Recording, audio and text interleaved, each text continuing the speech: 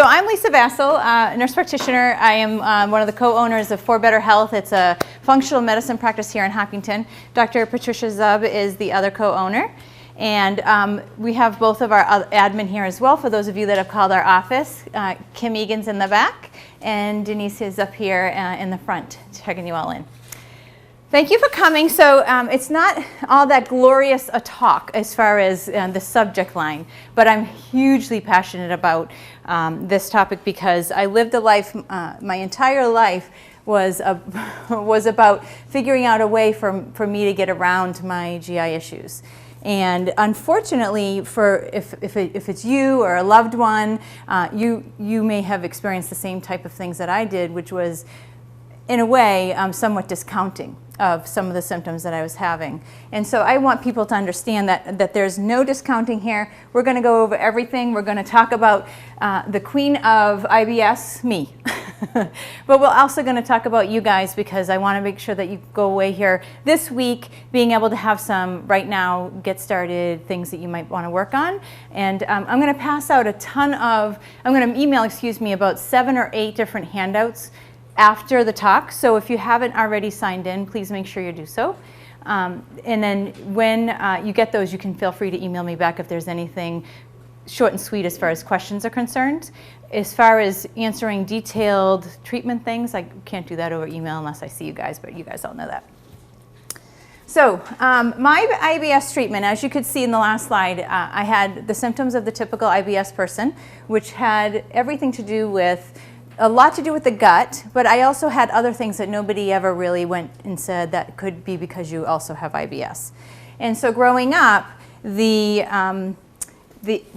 one here, I wanted to just go back. This one here was the one that was the most bothersome, and it would give me the biggest belly aches. So I was very underweight, and so you can imagine I graduated high school, I was 5'8", and I was 114 pounds. So that's pretty tiny, and most people would say, oh, I wish I could be that thin, but you really don't ever want to be that thin. And it was because I was malnourished, right? And so back in 1986, that was something that just people were thinner, and people weren't looking at that as a problem. But for me, it was an issue, and people will say, I know that I handle stress in my belly because as soon as I'm worried about something, I have to run to the bathroom. And for me, it was everything that was stressful. So I would go from once or twice a week on good weeks to if there was anything going on, including holidays like Christmas. So every Christmas my family would go off and deliver all the presents, and I would be home because I was nausea, vomiting, and diarrhea. And it was because I was getting so exciting. So it was good excitement and worried things and tests and those kind of things. So I understand what it's like for those people that are always anemic and having to take iron and do all these things. So my treatment was to treat the exact thing that I was struggling with. And that was the one that I was given, and that's all I knew, even up until about 15 years ago, 12 years ago. So you treat the constipation, or you treat the other end, the diarrhea. You treat the sore bottom. You treat the anemia, the headaches, and the heartburn, and everything else with the pills that they have for that. The testing I had done was extremely limited. I had, when I was 16, I was complaining about a bellyache again, and my mother, I was three or fourth kid, so I don't blame her. She looked at me and just said, you know, you always have a bellyache. And I said, but Mom, I really, really do. It's really bad. And she said, when was the last time you pooped? And I said, well, I don't know. And she looked at me like I was crazy, and I really didn't know. It had been almost 2 weeks. I know. And so, you know, I don't blame her. I was 16. I'm not going to really be forthcoming with that. But the reason that I bring that up is because the doctor just kept saying, just take more fiber, take more fiber. You need to drink more water. And when the only testing I had done was an upper GI and a barium enema. No other testing was ever done. And I want to put that in your brains, because what ended up finding out was a simple blood test about 10 years ago. And I could have found that out when I was 16. And so here we are. The underlying cause was never treated. But I was cured because when I did get that blood test, which was a celiac test, about 10 years ago, I asked for it after having had multiple complaints to various doctors throughout my life. My sister was diagnosed. And so I went to the doctor and said, I want the test. She said, well, you know, you're going to have to do a really big diet, so I don't know if you really want to do that. And I thought to myself, a diet, that's all I have to do, and it was positive. So a lot of people, and maybe you're some of them, have that test done, and it's negative. And so when that test is negative, then it's not celiac. And so That's been told to me multiple times in the last 12 years, and I didn't realize then the journey I still had left, and the journey that I was walking into as far as supporting thousands of people in getting their gut better. And not just the gut, but all the other symptoms that come with it. And we're going to talk about those. But for me, I had quite a journey to go, and I'm still on it. But it's really cool to be able to say I've gotten to the point where I'm about 99%, and this is no longer my life. And hopefully I can get you guys to be not this your life either. So my goals for you today would be for you to stop the cycle and really truly get inspired to say, I'm not going to deal with this anymore. Because I promise you, it won't be this week or next month, but by the end of 2016, if you do some of the things that we talk about tonight and maybe get some of the testing we talk about tonight, then I really feel without a doubt that you can be a completely different person in the belly-wise, and other symptoms might go with it come 2017. IBS stands for irritable bowel syndrome. And irritable bowel syndrome doesn't necessarily all have to do with the bowels, although I put functional in bold letters and italics and did the obnoxious quotes because it's a gastrointestinal disorder, but it's a functional one. So to me, that's kind of an oxymoron, because how many people, if you're willing to raise your hand, have IBS and feel as though you're functioning at a normal basis? Here and there. But then there's the people that are like, I can't go to work, or I can't go to the party, or I'm too sore, or too tired, or too much of a headache, and you're missing things. So yes, it is functional, but most people are still not really optimally living, right? So 60 million people have this, and it's usually more than 3 months. So it's not an acute thing, it's a longer term thing. And 2 of the 3 symptoms that are listed here, either onset with a change in frequency or the type of bowel movement you're having, okay? So you can see that it's quite a moneymaker, and I hate to say it out loud like that, but it is. So the money that they're making from all the physician visits and the money that they're making from the medications, whether it be over-the-counter medications or the medications that we're getting from the pharmacies. I'm sorry, my computer does that. So I want to bring that to attention because has anyone seen the new commercial about IBS or opiate-induced IBS or constipation? It's like, how about this? How about we not give something that's going to be something else that's going to be something else? So, so the thing that I think is really interesting is that when you look at a world map, you can see that who has the highest amount of IBS? The United States, by skyrocketing statistics. So there's something here. I do think that there's obviously something going on as far as our culture, right? So just, lifestyle and culture, but also maybe potentially some genetics, although most of us are a big melting pot. So what's going on in here, and really Northern America, that is not going on in the rest of the world?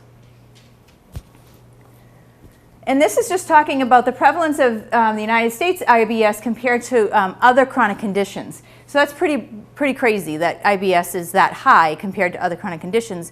No, it doesn't kill people, thankfully, but it does make them, their quality of life is lower, and it is related to, and you'll get to this, other chronic conditions. So if you're inflamed in the gut, all of your body is inflamed, which means that you have a potential for having other chronic conditions. Sadly, it's very underreported. So only about 5 to 10% of people that have IBS actually report it. And those that report it,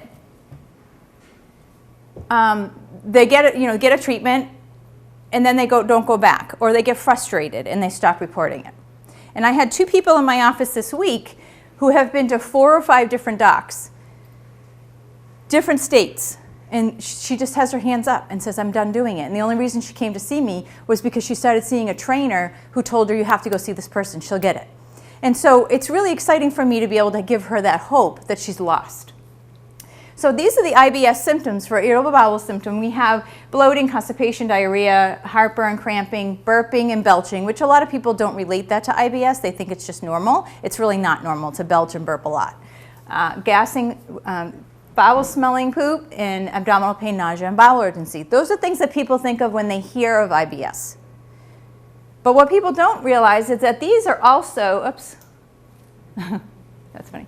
So, I don't know, has anyone else ever gotten just distracted when it comes time to, oops, sorry, jumping ahead. I don't know why this is here.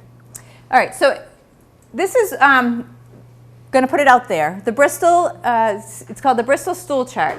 And people don't want to talk about it. They don't want to admit they look. They think it's gross. I admit, sure it is. But unfortunately, if you're not, then you don't know how to assess what your body is excreting. And your body's excreting it because it doesn't belong in there. It's telling us that we need to get rid of it because it's toxic to the body. It's supposed to remove. And who wants to take a wild guess as to the amount of time it's supposed to take your food to be digested and that's not needed excreted? Hours. 8? That would be great, but it's a little higher than that. 24? 18 to 24 hours. So that means that we really, really, really should be going to the bathroom a minimum of once a day. So if it's not once a day, then we should really, and you want to go more, a couple times a day is fine. But when people say, oh, it's normal for me, I go 5-6 times a day, that's really not normal. If they're going twice a day and it's really, really liquidy, that's not normal. So it's all about what does the shape look like. And if I had one, she was cured. She came to see me 2 months ago, had problems her whole life. She was going once or twice a month. I'm not even kidding. And when she came to see me, I put her on a couple supplements. We did a couple tests. She's been doing great. She changed her diet, came back. She's thrilled. She's going every day. I showed her this and she said, that one. And I said, we got work to do. We still have work to do. She was thrilled. She thought she was cured. Okay, so the unrelated symptoms, related symptoms that people don't know are related are all of these that people may not know. And so when you're thinking about IBS, you have to remember that it's truly a red flag for the body to say to you, hey, I can't talk. I'm trying to give you some heads up. If you're not going to listen about my belly, then I'm going to tell you other things. And you can have anemia, real huge fatigue, achy joints, headaches, skin disorders, autoimmune illnesses are a big one. A lot of people will complain about hives or allergies. That's a big one. Depression, anxiety, because that's where we make our serotonin. People think we make it all in our head. But serotonin is our happy mood neurotransmitter, and that is made in our gut for about 80% of it. Weight gain is a big one. So people will come to me and their gut's a mess and they're frustrated they can't lose weight no matter how much they diet and exercise. It's because their gut's a mess. You got to fix your gut. It's inflamed. And then of course anything that has to do with the bottom, the hemorrhoids and the fissures, and then insomnia is a big one. Does anyone know why insomnia might be a big one for a gut issue? So serotonin, which I just told you is made in the gut, is also part of your sleeping mechanism. So if we don't have enough serotonin, you might be able to get through the day mood-wise, but you're not going to be able to get through the night sleep-wise. You're either not going to fall asleep, you're not going to stay asleep. And so we need to make sure that we're looking at all the different pieces to the puzzle. And treating all of that, in the traditional way, most people will be given a pill. So if you go to your primary care doctor and you say, I'm having trouble going to the bathroom, and they say, or going to the bathroom too much, they say, well, have you tried fiber, or have you tried over-the-counter this or that? And that includes things like heartburn. Many people will just take something before they even talk to their doctor. And so they're taking things before they've had any testing whatsoever. And then they try another thing, and then the over-the-counter things aren't working anymore. So the doctor says, well, here's a prescription, try that, and hopefully that works. And thankfully it does work for some people, but in my opinion, you're still not fixing the reason it started in the beginning, right? So you're just putting a Band-Aid on the bleed, but you don't know why you're bleeding. So what we do in functional medicine is we look for the actual root cause. So in traditional medicine, they treat some of the causes of the IBS. So they might treat stress, they might treat depression, they might treat the food. They look at treatments themselves with medication, and then they go ahead and they do testing. So testing is, as you can see, more at the bottom. And so they do address some things up here, and I think that's impressive. And I have nothing against traditional medicine. I just think that it's just flopped. So if we could do testing first, it would help a lot of people in a much shorter time.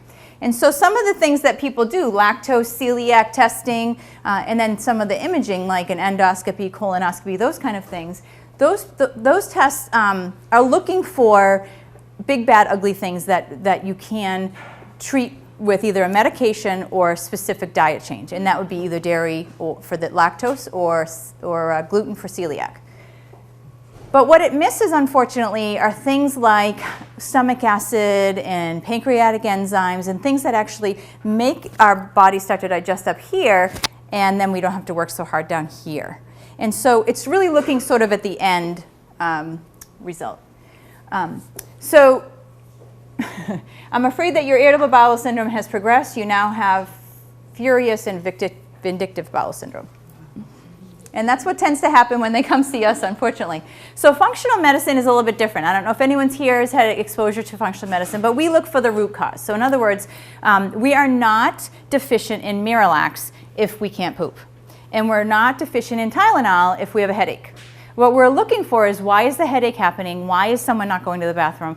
And we certainly aren't deficient in Linzess. So I had someone come to my office today, and she's taking Linzess, and it's the only way she can go. She takes it once a week. But when she takes it, it's very dehydrating, and it wipes her out for 24 hours. But that's the only way she can go to the bathroom. And I looked at her and I said, so why are you here? She said, well, this personal trainer told me to come here. And I said, that's great. I'm thrilled about that. But what I'm going to ask you is, do you think that you're deficient on those Tuesdays or those Sundays when you take it? Are you deficient in Linzess? So I don't have a problem with emptying out. Go for it. If you're miserable and you have to, take the medication. But we got to figure out why this is happening. And she's seen all the docs. So in functional medicine, we do the same thing. We look at stress. We look at all the things that could be causing the stomach to act differently. So I'm going to do a little biology 101. And bear with me on this. I know it's 7:30 at night. So in order to start digesting, the first thing we do is put food in our mouth. And on the way to do that, we start thinking about eating. And when we start thinking about eating, what happens is our body starts to produce digestive enzymes just by the smell or thought of it. And especially if you're preparing it, unlike just taking something out, opening a bag and putting it in your mouth. So you can see if you're cutting up the vegetables and you're smelling it cooked, that's a completely different experience than if you're simply opening a bag and eating something. So the digestive enzymes come from the pancreas. Those are there hopefully right about the time you start eating. Chewing, which none of us do enough of, is supposed to break it down tiny, tiny, tiny to go into the stomach. And then the stomach produces stomach acid. Stomach acid and digestive enzymes meet, they do their thing. I kind of think about putting food in, the digestive enzymes straighten all that food out, and the stomach acid comes and chops it into small pieces to get it down. So if you don't have enough, if you shove a whole bunch of food in there that A, is not chewed well, and it's a lot of food, which all of us can admit we do, you put it in there, it's almost like putting, has anyone ever used a NutriBullet or even a blender? So you put everything in, you shove it in, smush, smush, smush, you put the cover on with very little room to move around. It's really tough, right? So if we don't put the water in, leave a little bit of room and go slow and turn it on lower and go up higher, it's a much different digestion. It's a much different way that the body breaks down the food. And so that's just the very first step. So why is that important? It's important because if you don't start breaking down that food at the very beginning of your digestion, a few things are missing. So the first thing that's missing is you're not able to get some protein from your food, whether it be steak or legumes or peanuts or whatever you're eating. That protein level is not going to be as good. Proteins make neurotransmitters. Someone has depression, someone can't sleep, or anxiety, okay? Protein also is important for energy. It's one of the macronutrients. It also can't pull some of the micronutrients. And some people might hear, anyone here vitamin D deficient? Okay. B deficient, B or B12. So those are all in the stomach. And in order to get those from your food, you actually need to pull it in that stomach acid digestive enzyme time frame. The other thing it does is it kind of takes away things that shouldn't be going down into our gut. It's supposed to kill things off like bugs or organisms that shouldn't be going down there.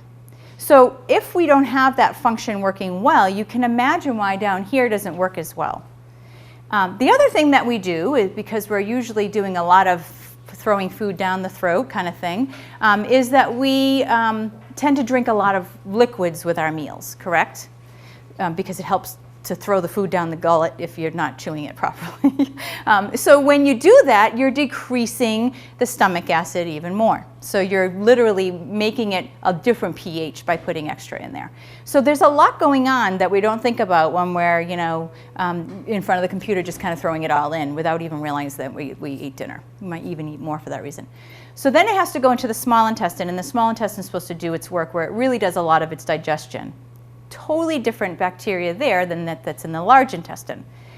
What happens in the small intestine could be a reaction in the immune system if in fact those foods are bigger. And I like to think of it like, instead of being a piece of pepper that finally gets down into your small intestine, an almond is now floating around. And so the immune system says, what is that doing in there? And it starts freaking out, even if it's broccoli or cantaloupe or an egg, things that are harmless for most people. And so it rebuilds an antibody system that, and unlike the other system where people are actually allergic to an egg where they could have a throat close, it's not like that. It's actually an antibody, like what we build against things like the flu or chickenpox. So you have antibodies that build up against food, which is kind of silly, right? So has anyone heard the term leaky gut or intestinal permeability? Okay. So what happens is, now you've got this food in there, the immune system's kind of haywire, it's really angry mucous membrane in there, and you've got, instead of a nice, strong, healthy, thick sponge that you can wipe up everything with and it's strong and it holds a lot of water, you've got this wimpy old sponge that's cracked and it goes like that when you try to get water in it, and it doesn't hold anything up and it drips constantly. That's what we don't want. It's almost like the difference between a Berber rug or a latch hook rug. We want a nice, healthy, strong sponge latch hook, not a Berber rug that's wimpy. Because what happens is our nutrients can't be absorbed. All of that stuff gets towards our immune system, and then our immune system goes haywire. So whether it be an exposure, or whether it be a leaky gut, or whether it be stomach acid or digestive enzymes, all of these things can have an exposure to the body. So what I've just talked about is here. Stress, what I didn't mention is stress actually depletes a layer of protection in our stomach lining, and so in our intestine lining. So we want that to fight. We don't want it to be sleeping. We don't want the dog that's supposed to bark in the front yard back in the doghouse sleeping. So that actually pulls that down. So yeah, people can get reactive stress in their gut. And then dysbiosis is sort of what I talked about, where the gut isn't really working as well. You're supposed to have so many good bacteria and so many bacteria that we can just let live there, but they aren't good for us. And if that balance is off, then we have an issue with that. And then, of course, the biotic. Everyone knows about pre and probiotics. I'll talk a little bit more about that. What people don't think about, and I can tell you, I will sit for an hour with a patient. I'll go through their whole entire life timeline, birth to when we're sitting together, what's gone on, what kind of health issues, and they neglect and forget to tell me that they don't have a gallbladder. So it's happened at least 20 times a year. So if you don't have a gallbladder, you're not making bile acids, which is a huge part of that same digestive enzyme, stomach acid, whole cascade. And then we have overgrowth of candida, which some people will say, oh, I have a lot of yeast infections, or I have toe infections, or I have skin infections that are considered yeast. And those are all outward signs of potentially something going on in the gut. We have yeast in our gut, that's okay. It just shouldn't be overgrowth. And then the whole idea that the small intestine is supposed to have one different bacteria than the large intestine, and I do have a picture of this. If the guys down the bottom get hungry or bored because of either slow transit or all these other things up top not working well, then the guys down the bottom will go looking in the guys on the top. So that means that you have the people that are supposed to live in house A are now in house B, and they're so not welcome there. And it really makes people upset, the guys here. So, and then heavy metals, we can talk to that. Basically, that just means if someone's been exposed to either mercury or one of those, it can really wreak havoc on the gut. And then sugar is a huge thing.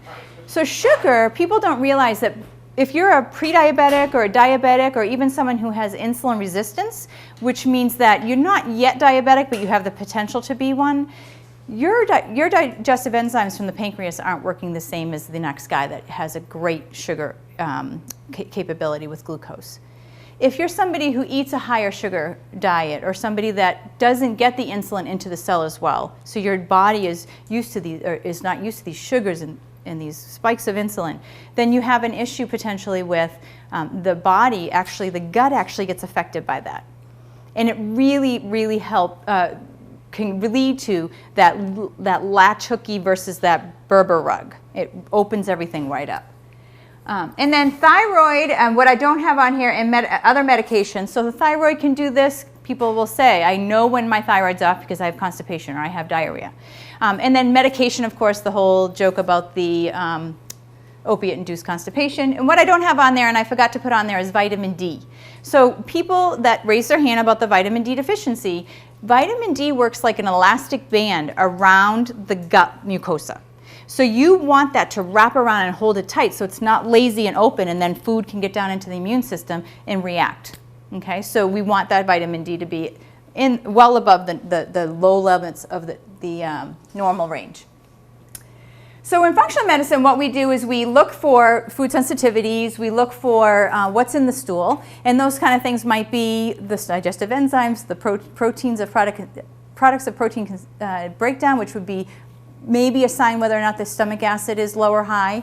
We actually have a very easy baking soda test that we can do to check stomach acid.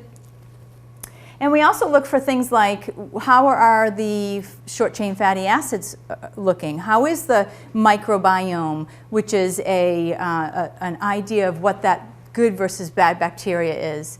And then we also look for markers for candida, because that can wreak havoc, and if there's an overgrowth of bacteria. We look for parasites and other things that regular doctors look for too, or regular practitioners look for too. But we are looking at, it's called a deeper dive, more comprehensive. And we have treatments for that, which is cool. And it could just be herbs. It could just be diet. I mean, doesn't have to be medications. We do a small breath test, which tells us whether or not that bacteria that's here is up here. And again, what caused it? It's usually caused from upstream. And we look for that too. And then we have an H. pylori test. Has anyone ever had that test? No. So it never ceases to amaze me how many people will come to me with 30 years of heartburn and have been on, Protonix or Prilosec or any of the Zantacs, you name it, and they've never had an H. pylori test. I do it and it's positive. We treat them and it goes away. So it's pretty amazing to just do, and it can be done in blood, it can be done in stool. And that's actually a traditional test. It's not a functional test. So we look at what can we do to take control, because I want you to leave here today with ideas. Think about some of the prebiotic foods that you can add in, and that's going to help you to break down some of the foods before you go ahead and the probiotics come in. Go slow. If you have SIBO, or small intestinal bacterial overgrowth, and you start adding more of the prebiotics in, and you can certainly Google this, you can look up prebiotic foods and they'll give you images and they'll give you lists. But if you start adding those in to try to really build up your gut, and you start getting worse and bloated, that's a sign that you potentially have SIBO. So go slow and see what happens. And if you do start getting more bloated, then that's what we would recommend. And then you can take supplements for that as well. Some people either have sensitivities to these or do get bloated, and so they take supplements instead to build the prebiotic. And the probiotic foods are things that we've all heard of as well, but what we usually say, if you're going to take a probiotic, make sure it doesn't have dyes and gluten and dairy and other things. I can't tell you how many people will come in with their probiotic and they'll be constipated and they're taking a probiotic that slows down the colon as well as something with dairy in it, and they have dairy sensitivity. So you really got to know what's in your things there. Okay. This is just, my son actually showed this to me. I thought it was really funny. If you add antibiotics to a probiotic yogurt, does it become a regular yogurt? Okay. All right, so the GI, I did put some people that are watching this on TV, or some people that are science-based and really want the research. I have plenty of research to back up everything I'm saying. I did put some links for those people that want that. What I want people to understand, that this is not all foo-foo medicine. This is science medicine. Microbiome is one of the biggest studied things right now in all traditional and functional and holistic and integrative medicine. And it's in every single solitary conference that I have looked at for 2016. I've seen something on this. So what I wanted people to see is that the microbiome is really more about the immune system than it is about the gut, how you feel belly-wise. and what that can trigger. In this review, we discuss findings indicating that development aspects of the adaptive immune system are influenced by bacterial colonization of the gut. We also highlight the molecular pathways that mediate the host-symbiote interactions that regulate proper immune function. Finally, we present the evidence to support that disturbances in the microbiome result in dysregulation of adaptive immune cells, and this may underline disorders such as inflammatory bowel disease. In the next one, it even talks about others. So this is what I was telling you about the difference between the gut things that are supposed to be in the stomach versus the small intestine versus the large intestine. Totally different bacteria that's supposed to be in one versus the other. And that small intestine bacterial overgrowth isn't necessarily testing that. It's testing methane and hydrogen to see what's not supposed to be up here. If it's there, then we know that that's what's going on. It produces that. New research sheds light on popular probiotics benefits for the gut. Researchers have found evidence that it can help with intestinal problems, respiratory infections, skin disorders, and it may actually help with weight loss. So there you go. So I like these kind of things because it gives us a real good hearty, we know that we're getting there. Okay, so I'm going to do the raffle. Did we have time to rip up yet? Oh, not yet. Okay, so we'll do the raffle after. I just want to make sure that there's a nice raffle that I want to make sure I pass off. And if you want snacks, please help yourself. All right, so taking control, how else can we do besides, if you aren't ready to go ahead and do, say, prebiotics or probiotics, is there something that you can do outside of that? I think stress is a huge thing. I think you need to figure out a way to purposely shut that off. Now, I live a very crazy life. I have 3 kids. I have a full-time job running a business, and outside things beyond that. So where do I shut that off? And it doesn't necessarily mean go to the gym and work out, because that's not really purposely shutting off the body. So even just things like 5 minutes of meditation, doing some yoga poses at home, really purposely doing things that don't have to cost money. Go ahead and do acupuncture, chiropractic, maybe some Reiki, craniosacral therapy, or massage. These are all ways that you can tone it out. And a lot of insurance companies, Flex Spending too, are great about helping you pay for these things. All right. And then if you want to trial a food elimination, I'm going to send you in the handouts gluten and dairy for those of you that have not had that exposure yet, just so you know which one's which and how to start. What we recommend, if you're not going to get tested, to go ahead and do 100% zero, which means no cheats, no treats, look at labels, ask at restaurants, ask at friends' house, so that you can really give your gut that 21 days to see what happens. When I work with some clients, we do cleanses here and there. And when I do that with people, I give them 5 days before we even start diving into what we call the cleanse of no gluten and dairy, because it doesn't feel good. If you're used to eating those things, it makes you sick to stop. We're actually a little bit addicted to them. So I don't want people to feel crappy, but I want you to go slow and low, and I want you to get really inspired to say, these 21 days are going to give me an idea of whether or not my gut is going to be reactive or not to this. And not just the gut. It could be your skin. It could be your joint pain. It could be your headaches. And then after those 21 days, go ahead, add back, go and get yourself, a big roll and a bagel and a muffin and whatever it might be loaded with gluten. Eat that for a couple days and see what happens. Wait a week. Now, what's in gluten and why is this the big term? Anyone know? Folic acids? Added to it? Well, folic acid is often added to processed carbohydrates. You're absolutely right. So that's not necessarily what always makes people react. So the proteins in the gluten are coming from, the ones I'm talking to specifically are barley, rye, and wheat. Those proteins actually produce something in a human body called zonulin. Zonulin, if you think about it, every single human gets it. We don't have a second second stomach. We're not cows, so we have to have a way to adapt this wheat, especially since the wheat today is a little different than the wheat it was 100 years ago. So our body produces zonulin. That zonulin, by nature, puts a little teeny tiny hole in the gut lining. And that gut hole opens us up to intestinal permeability or leaky gut. For some people, that hole is open for maybe 5 minutes, if that. For other people, it could be open for a week or 10 days. And for some others, 2 months. That's how much they're reactive to it. Not necessarily celiac, we're talking about just reactive. And how long it takes that gut to come back together. And of course, if we think about the D again and those kind of things we already talked about. So every single person has this zonulin production. So that's why I want you to do 21 days off and then 7 days on and see what happens. Because it might take that long for you to start feeling differently again or better again, whatever it might be. I'm going to send you a handout on zonulin.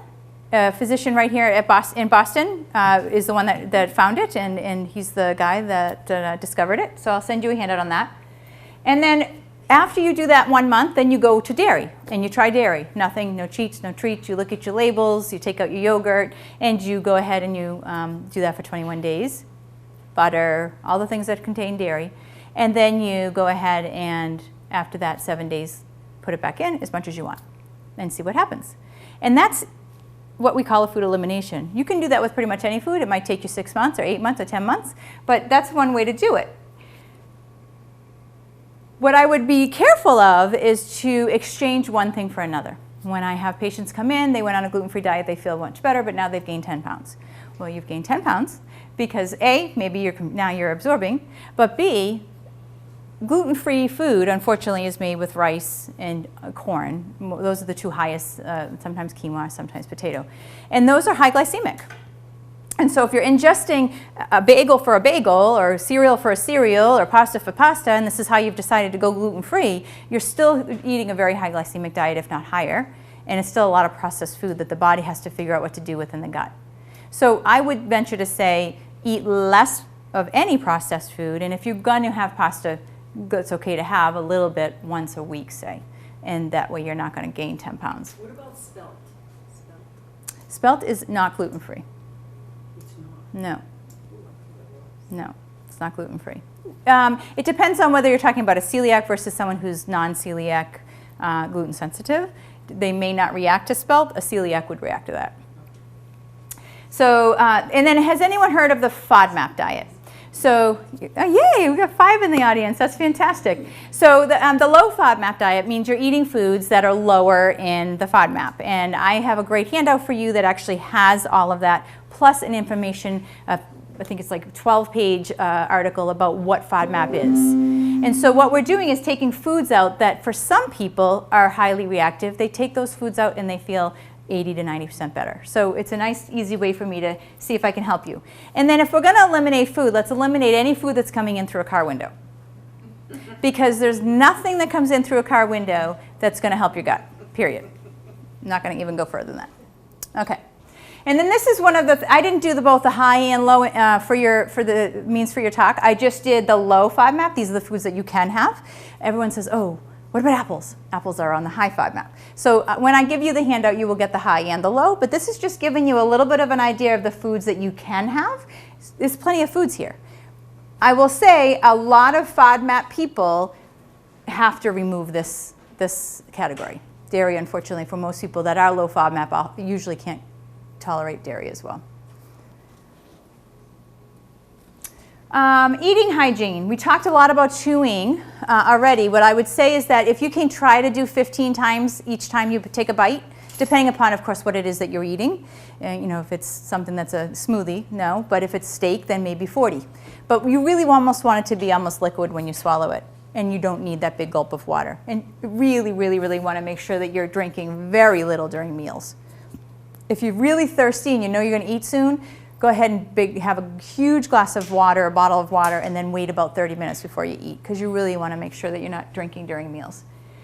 Sit down and slow down. So there are research studies that show that it's 40% different in digestion if you sit down, slow down, and pay attention to what you're eating. And then eating less. Instead of eating 3 times a lot, eating maybe 4 or 5 or 6 times less amounts. Remember that whole NutriBullet blender thing, so that you can put less in there and have a lot more time to kind of try to digest that. and consciously. Multitasking, 50 to 60% of it comes from the brain. I talked a lot about the visual part of it, the smell of it, all of those things that really turn on stomach acid, digestive enzymes, and help your digestion. Reducing things like sleep disorders. So if someone's not sleeping well, it goes both ways. So not sleeping well affects the gut, and the poor gut affects the sleeping well. It's a negative feedback system. Really trying to reduce triggers. I can't tell you how many people will come in and say, I know when I eat ice cream, I have to run to the bathroom, but I love ice cream. And I think, how can anything be so good that you put the spoon down and you're in the bathroom? It just doesn't make sense. Or I have coffee and I know that I'm going to have heartburn for 3 days. It's so bad. But then I take an extra Zantac. So let's try to reduce what's causing it. We know for a fact that processed foods are horrendous. The body doesn't know what to do with it. It takes so long to figure out what to do with it to break it down.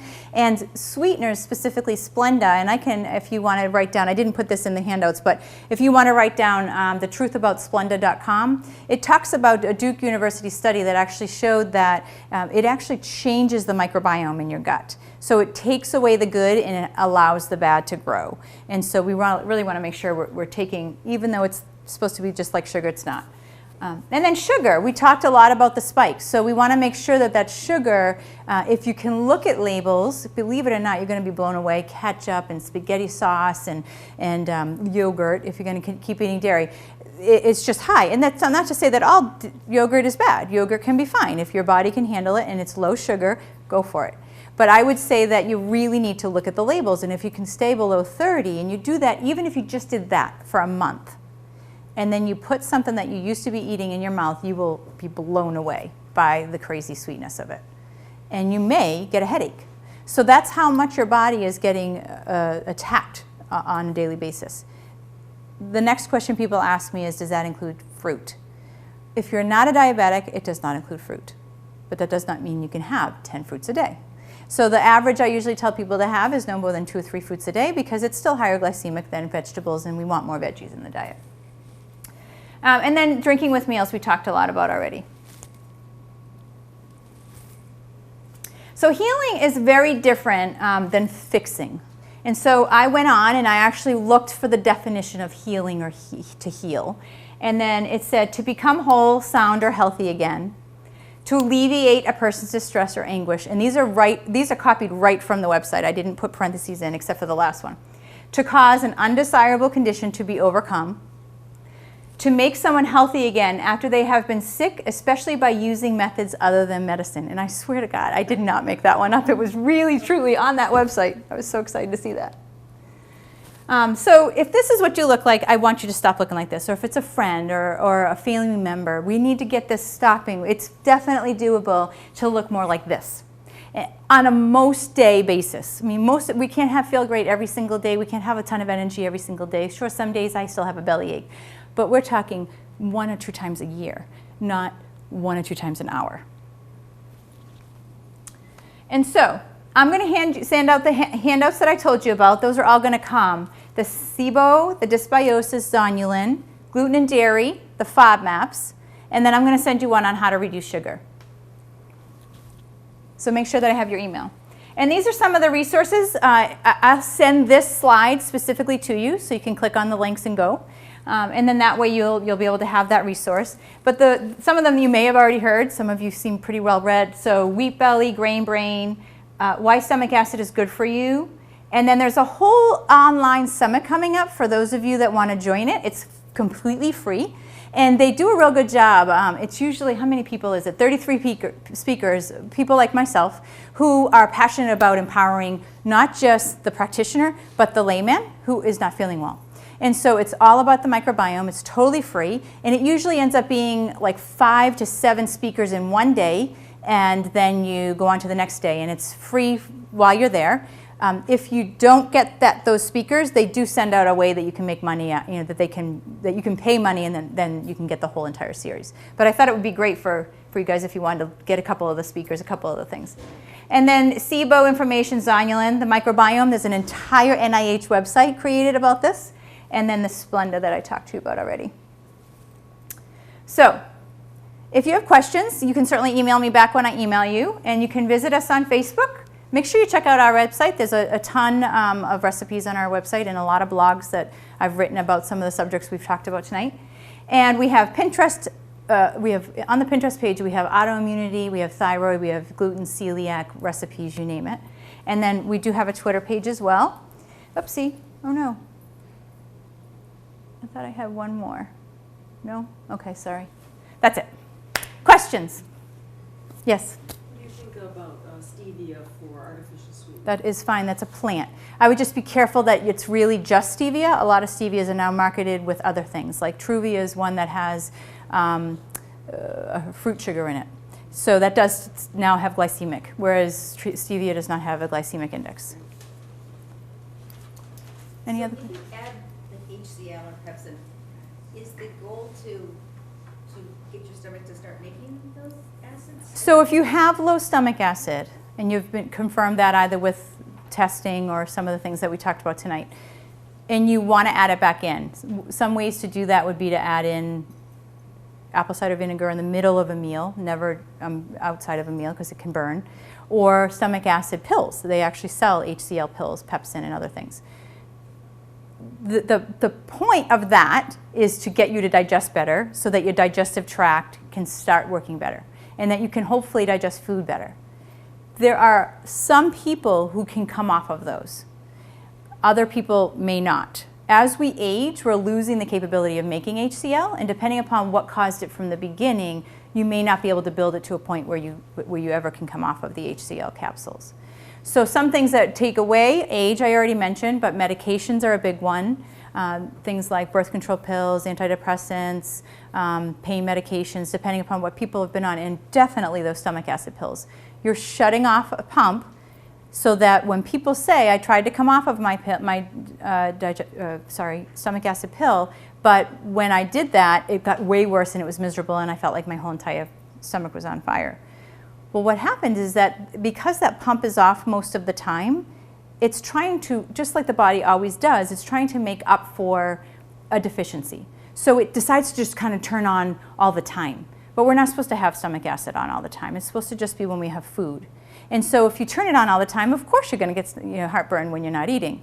So what we do is we add stomach acid back in while they're eating so that they don't need as much and they don't over-concentrate, and hopefully they can come off at least those other pills, which are not only causing a low stomach acid, but they're really depleting nutrients like vitamin D and calcium and magnesium and things that we need to grow bones even. So this is going to be aired on Hopkinton Cable, so if any of you are local, look for it again. And if you have questions, please make sure you share.